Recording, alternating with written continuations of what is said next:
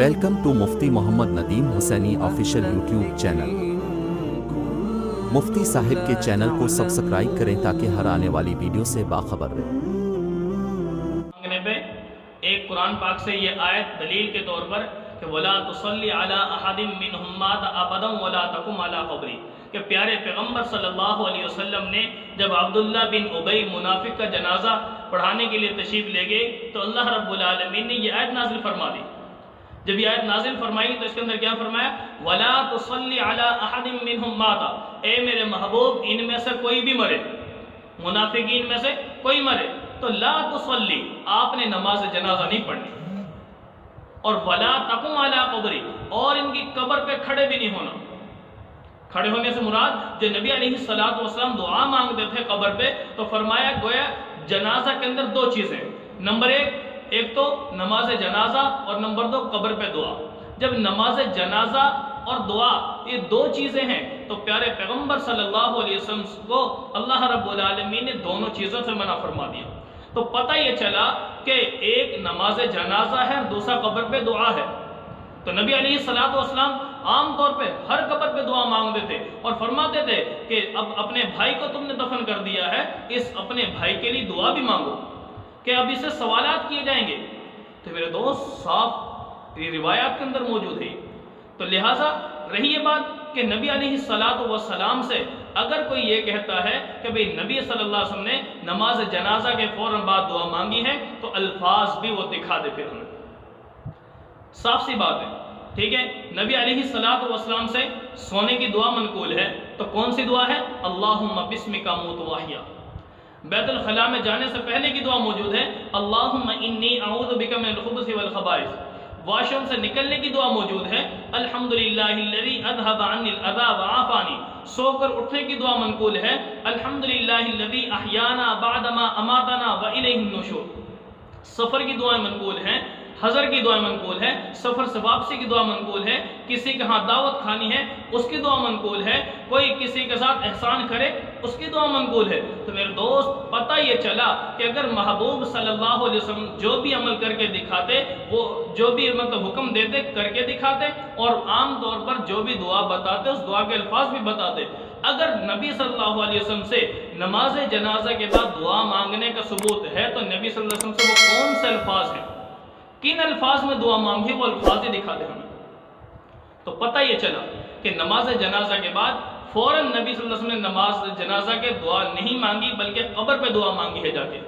رہی یہ بات کہ نبی صلی اللہ علیہ وسلم سے یہ اعمال ثابت ضرور ہیں لیکن ان کے لیے موقع اور محل ہے۔ اب سوال یہ پیدا ہوتا ہے، آگے سے لوگ پھر کیا کہتے ہیں، بھئی دعا مانگنا کون سا گناہ ہے؟ بھئی دعائی تو مانگ رہے، لنگڑی لولی دلیل لے کے آتے ہیں اور کیا کہتے ہیں، بھئی نماز جنازہ کے بعد دعا مانگ لی تو کیا ہوا؟ بھئی ایک دعا ہی ہے نا، دعا اگر مانگ لی تو کون سا گناہ کر لیا ہم نے؟ تو میرے دوست اگر دعا مانگنا یہ کوئی گناہ نہیں ہے تو جو نہیں مانگتے ان پر تنقید کیوں کی جاتی ہے؟ سمجھ آ رہی ہے بات؟ یعنی جو انسان، جو علماء، جو حضرات دعا جنازہ کے فوراً بعد نہیں مانگتے ان کو تنقید کا نشانہ کیوں بنایا جاتا ہے؟ اس سے پتہ چلتا ہے کہ تمہارے دل میں اس کی کوئی نہ کوئی حیثیت موجود ہے، تم نے اس کو ضروری سمجھ لیا ہے، اور ایسی چیز جو دین میں ضروری نہیں تھی، دین میں اس کے ساتھ دین کے ساتھ وہ منسلک نہیں تھی، تم نے دین میں داخل کر لی اور تم اس کو ضروری سمجھنے لگے تو اس کو بالفاظ دیگر بدعت کہا جاتا ہے۔ اور نبی علیہ الصلوۃ والسلام فرمایا کل بدعت ضلالہ وکل ضلالۃ فی النار، ہر بدعت گمراہی ہے اور ہر گمراہی جہنم میں لے جائے گی۔ لیکن آج کل یہ ہوتا ہے نا، یہ جنازہ کے فوراً بعد دعا مانگی جاتی ہے، وہ دعا اس وجہ سے مانگی جاتی ہے کہ لوگ وہ بھاگنے کے چکر میں ہوتے ہیں۔ اب یہ جو حضرات نے شروع کر دی ہے وہ سمجھتے ہیں کہ بغیر دعا کے چلے جائیں گے۔ تو میرے دوست میرے محبوب صلی اللہ علیہ وسلم سے ایک حدیث کے اندر آتا ہے، فرمایا کہ جو جنازہ تک شامل رہا ایک کی رات کا اجر پا لیا، اور ایک کی رات کہتے ہیں احد پہاڑ کے برابر، اور جو جنازہ کے بعد تدفین میں اور پھر دعا میں شامل ہوا تو اس نے 2 قیرات یعنی دوہرا اجر پا لیا۔ تو میرے دوست یہ دوہرا اجر پانا یہ اس بندے کے لیے ہے جو جنازے میں شامل ہوا ہے۔ تو فرمایا اگر یہ بندہ جا رہا ہے تو اپنا ثواب کم کر رہا ہے، میت کا کیا قصور اس میں؟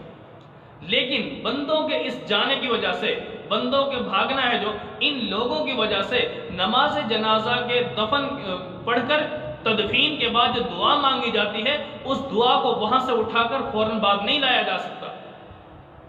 آپ یہاں پر دعا مانگ لیں، وہ والی فضیلت جو قبر پہ دعا مانگنے میں ہے دوہرے اجر کی، وہ آپ کو گہرے اجر پہ یہاں پہ ڈبل نہیں ہو سکتا، یہاں پہ نہیں مل سکتا وہ اجر۔ تو لہٰذا دین کو نہ بدلا جائے، نہ بدلا جائے۔ اگر ایسا ہی بات ہے بھئی کون سا مسئلہ ہے ایسا، کون سا گناہ ہے، تو میرے دوست پھر ایک بات سمجھ میں آ گئی، اگر ایسے مسئلہ نہیں ہے تو نبی علیہ السلام نے جو کام جو عمل جس طریقے پر بتایا اس طریقے پر کرنا سنت ہوگا، اور اس طریقے کے خلاف کرنا وہ خلاف سنت ہوگا اور قبول بھی نہیں ہوگا۔ مثال کے طور پر ایک رکعت کے 2 سجدے کرتے ہیں ہم، اگر میں آپ سے کہوں بھئی اللہ کو سجدہ بہت ہی زیادہ پیارا ہے، سجدے میں بندہ اللہ کے سب سے زیادہ قریب ہو جاتا ہے، تو لہٰذا ہم 2 سجدے کے ساتھ تیسرا سجدہ بھی کیا کریں گے ادھر۔ اب آپ مجھے کہو بھئی کون سا نبی نے منع کیا ہے؟ ٹھیک ہے، نہیں میں آپ سے کہوں کہ بھئی نبی نے کون سا منع کیا 3 سجدے سے؟